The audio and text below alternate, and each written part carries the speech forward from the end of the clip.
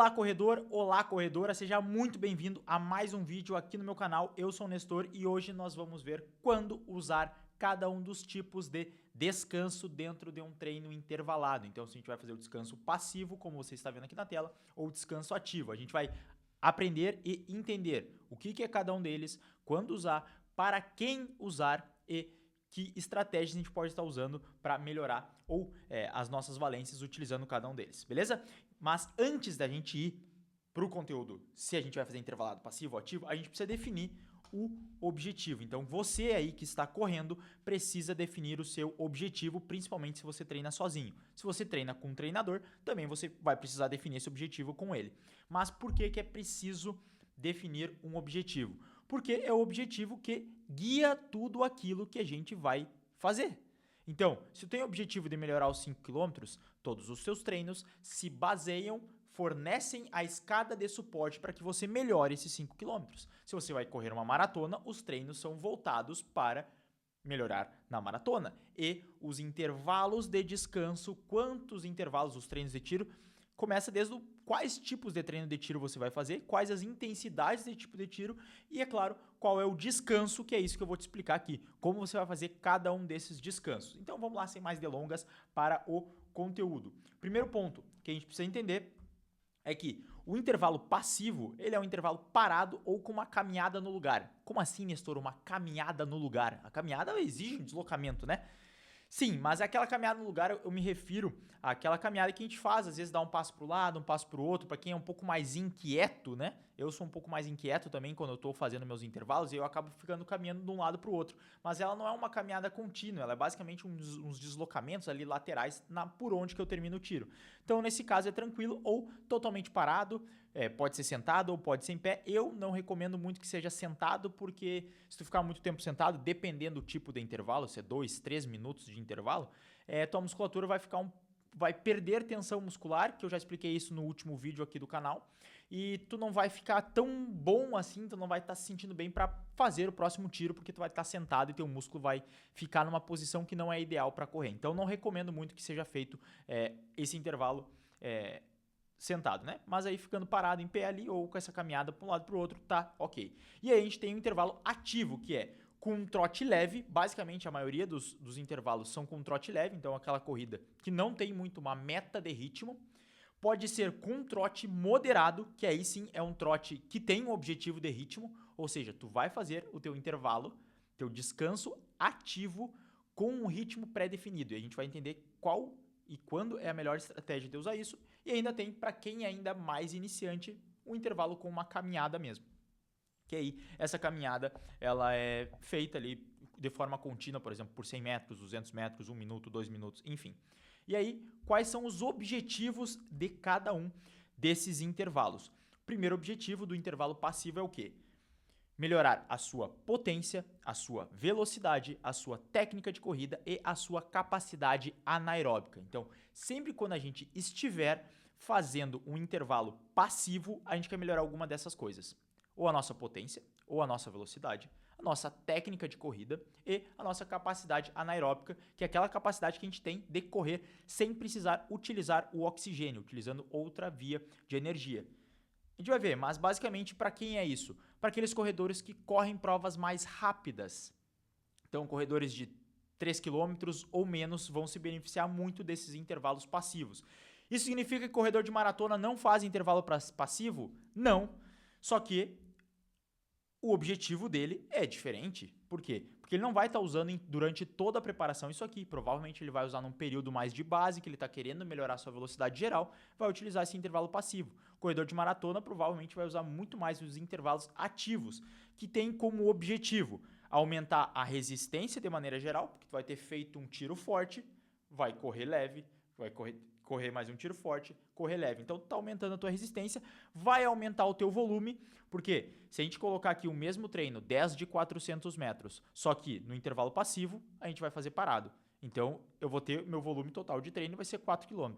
Só que se eu faço 10 de 400 metros com um intervalo ativo de 200 metros, meu volume total na sessão vai ser de 6 km.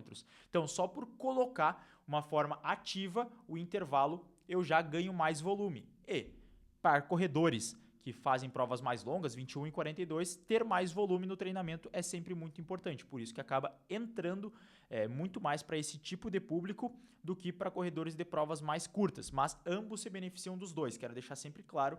Mas, como eu disse primeiro, você precisa definir o seu objetivo para que a gente saiba para onde a gente está indo. E aí, tem também um terceiro benefício do intervalo ativo, que é melhorar a tolerância ao lactato. O que é o lactato? Quando você começa a correr, você tem uma linha de base, né? Você está ali, seu batimento está normal, está tranquilo, você consegue utilizar o oxigênio para produzir energia lá dentro do seu músculo. Quando você começa a aumentar muito a intensidade ou a duração desse treino, você passa a utilizar um pouco mais de lactato. Só que se você se manter abaixo de um nível, que esse nível é variável de pessoa para pessoa e de dia para dia, se você se mantiver abaixo, você produz esse lactato, que é nada mais que uma forma de energia. Na verdade, ele é um produto da produção de energia sem o oxigênio. Só que aí tu consegue transformar de novo esse lactato em energia. E aí tu fica reaproveitando ele e aí tu não se sente cansado, não dá aquele peso nas pernas. Só que se tu aumentar demais a tua intensidade ou o teu volume, tu vai ultrapassar esse limiar de lactato, e é isso que a gente sempre fala do treinamento de limiar, e aí tu vai começar a cansar muito rápido, porque tu vai estar produzindo mais lactato do que teu corpo consegue absorver. E aí isso vai mudar o teu pH das tuas células, e aí tu vai ter que diminuir a intensidade do exercício. Basicamente é isso. Então, o intervalado ativo serve nesse motivo também. A gente tem um terceiro ponto aqui, que é o quê? O intervalo passivo, ele permite que você recupere totalmente o corpo e permite manter uma maior qualidade. Esse principalmente o objetivo do intervalo passivo. É para quem deseja aumentar a qualidade do seu treino, seja para correr mais rápido, aumentar a velocidade, aumentar a técnica de corrida. Por quê? Quando a gente está muito cansado, a tendência é que a gente vá perdendo técnica de corrida. Então, um treino técnico, onde a gente busca correr rápido para fazer algumas correções da técnica, ou simplesmente correr rápido para deixar o corpo desenvolver essa capacidade de correr rápido, a gente precisa ter intervalos passivos. Porque é como se a gente estivesse fazendo um agachamento na academia, digamos assim. Quando você faz um agachamento, você exige dos seus músculos, mas também exige da técnica, da sua concentração, para você pegar, botar a barra lá nas costas, agachar e subir. E para isso você precisa ter um intervalo de descanso quando você está aprendendo algo, para que você consiga assimilar, consiga recuperar os seus sistemas e aí fazer a próxima repetição com uma boa qualidade técnica. Então, esse é o objetivo do intervalo passivo. Já no intervalo ativo, a gente não recupera o corpo totalmente, porque esse é o objetivo dele mesmo. Então, a gente aumenta a nossa sensação de fadiga geral. Mas isso é extremamente interessante quando a gente está pensando em aumentar a nossa resistência, melhorar a nossa resistência para correr alguma prova. Então, não existe um certo e errado dentro da corrida. Mais uma vez, depende do que você está tentando melhorar ou qual é o seu objetivo naquele momento. Inclusive, aqui na descrição tem um link para o meu playbook de como baixar o pace na corrida, que lá eu ensino essas estratégias, quais os momentos, como você faz essas progressões de intervalo passivo para intervalo ativo. É só tu clicar no link da descrição aqui que está escrito playbook. Agora, se tu quiser a minha orientação pessoal para você melhorar a sua corrida, onde eu vou montar os seus treinos pessoalmente, vou dar os feedbacks, você vai poder conversar comigo e eu vou estruturar todo o treinamento para você, é só tu clicar no primeiro link da descrição e venha ser pro, tá escrito lá, seja pro, e aí tu clica naquele link para te conhecer um pouco mais da minha metodologia e aí tu poder vir treinar comigo. Mas voltando ao nosso planejamento. A gente tem o terceiro ponto, que é quando que eu vou usar cada um deles. O primeiro ponto é que o intervalo passivo é essencial para provas curtas. Por quê? E aqui vem um detalhe importante que muitas vezes o pessoal não se atenta, que é quando a gente corre rápido, a gente produz esse lactato e ele fica pesado nas pernas, tá?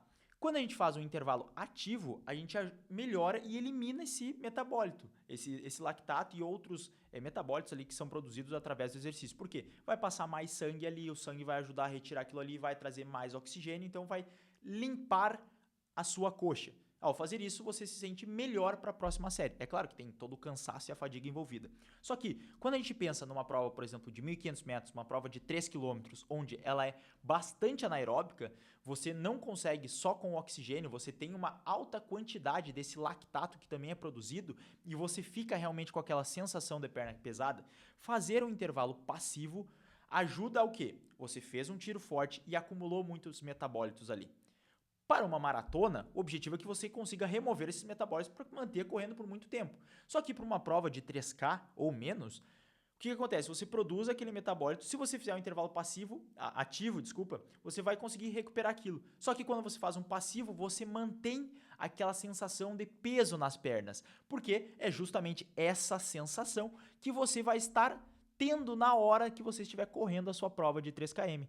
Então, para quem está se preparando para uma prova de 3km na reta final, é muito interessante que você mantenha esse peso na perna, porque aí você consegue replicar isso, produzir força mesmo com a perna pesada, para quando chegar na prova você sabe exatamente como lidar, né, com essa situação. Então, esse é o objetivo de fazer esse intervalo passivo para as provas curtas. Agora, se você vai correr uma meia maratona, uma maratona, não faz sentido você reduzir, fazer um intervalo passivo, porque não tem aplicabilidade. Você vai passar correndo por uma grande quantidade de tempo, dependendo da sua velocidade, né? 1h10, 1h20, 1h30, 1h40, 2 horas, 2 horas e meia, dependendo. Então, é muito melhor que a gente faça intervalos ativos quando estamos treinando para provas mais longas, porque a gente melhora essa dinâmica do lactato, onde a gente produz lactato, mantém ativo, a gente ensina o corpo a remover esse lactato e reaproveitar como energia. Então, a gente vai fazendo esse ciclo. E, para fazer isso, é bom esses trotes moderados aqui que eu tinha te explicado antes. Então, por quê? Se eu tenho o objetivo de correr uma maratona, digamos, a pace 5, é melhor que você faça, por exemplo, um tiro a 4h30 e depois faça o trote a 5h30. Ele nem é tão rápido, nem é tão lento. A média vai ficar o teu tempo de maratona. Só que quando você corre a 4h30, você estimula mais essa produção de lactato, e aí corre a 5h30, você não está correndo tão lento, então você ensina o seu corpo a reaproveitar isso. E acaba sendo uma dinâmica muito mais interessante para melhorar a sua resistência para provas longas. Então, só para fechar aqui o nosso vídeo de hoje, corredores de provas curtas se beneficiam muito mais de intervalos passivos, treinos de repetições ou em fase de ganho de velocidade, principalmente esses dois pontos. Então, se você vai correr uma prova curta, você precisa fazer intervalo passivo por conta da dinâmica que eu já te expliquei. Se você está fazendo treinos de repetições, onde o objetivo é melhorar a técnica de corrida, também, independente aí, você deve fazer intervalos passivos, porque isso vai ajudar você a se concentrar mais na sua técnica, a não ser que você seja um corredor muito experiente, que não é a grande maioria dos nossos, né? A gente está falando de corredores aí com 6, 7 anos de corrida, com alto volume de treinamento, que aí aguentam fazer essas recuperações de forma ativa. Mas se não, intervalos, treinos e repetições normalmente vão ser como uma pausa passiva ou em fases de ganho de velocidade. Então eu uso muito com os meus alunos a pausa passiva quando eu estou querendo colocar mais intensidade no treinamento deles. Eles nunca correram um determinado pace. Digamos que o pace máximo que meu aluno correu foi 5 e eu quero introduzir ele ao pace 4,45 ou pace 4,50. Ele ainda não sabe como é correr nessa velocidade. Então, eu deixo um intervalo passivo para que ele consiga descansar, recuperar para conseguir dar de novo essa qualidade. E aí, conforme ele for evoluindo e ganhando condicionamento, aí ele passa a fazer os intervalos ativos com aquele mesmo pace de 4,45. E aí, se eu quero introduzir uma nova velocidade, eu vou colocar um intervalo passivo. E assim eu vou progressivamente evoluindo. Então, corredores de provas longas, principalmente maratona e meia maratona, se beneficiam muito de intervalos ativos por essa dinâmica de lactato. Ah, Nestor, e corredores de 5 e 10 km? É uma mescla, porque um corredor de 5 e 10, ele precisa de momentos que ele explora mais a velocidade dele e precisa de momentos que ele explora mais a resistência dele. Então, dependendo daquilo que tu quiser desenvolver, tu vai usar um passivo ou ativo. Mas, quase sempre de 5 km para cima, a gente usa muito ativo, com exceção dessas questões aqui, em treinos de repetição ou em fases de ganho de velocidade, que aí pode ser num período de base, um período um pouco mais específico, depende da característica também desse corredor, se ele é um corredor mais veloz ou um corredor mais lento, então o que eu vou trabalhar para melhorar, mas para isso a gente volta aqui no início. Tem que definir o teu objetivo para te poder evoluir na corrida. Espero que esse vídeo tenha agregado aí nos teus treinamentos. Se gostou, deixa o like, se inscreve no canal e se ficou qualquer dúvida, só deixar aqui no campo dos comentários que eu vou estar respondendo todo mundo. Um forte abraço e valeu!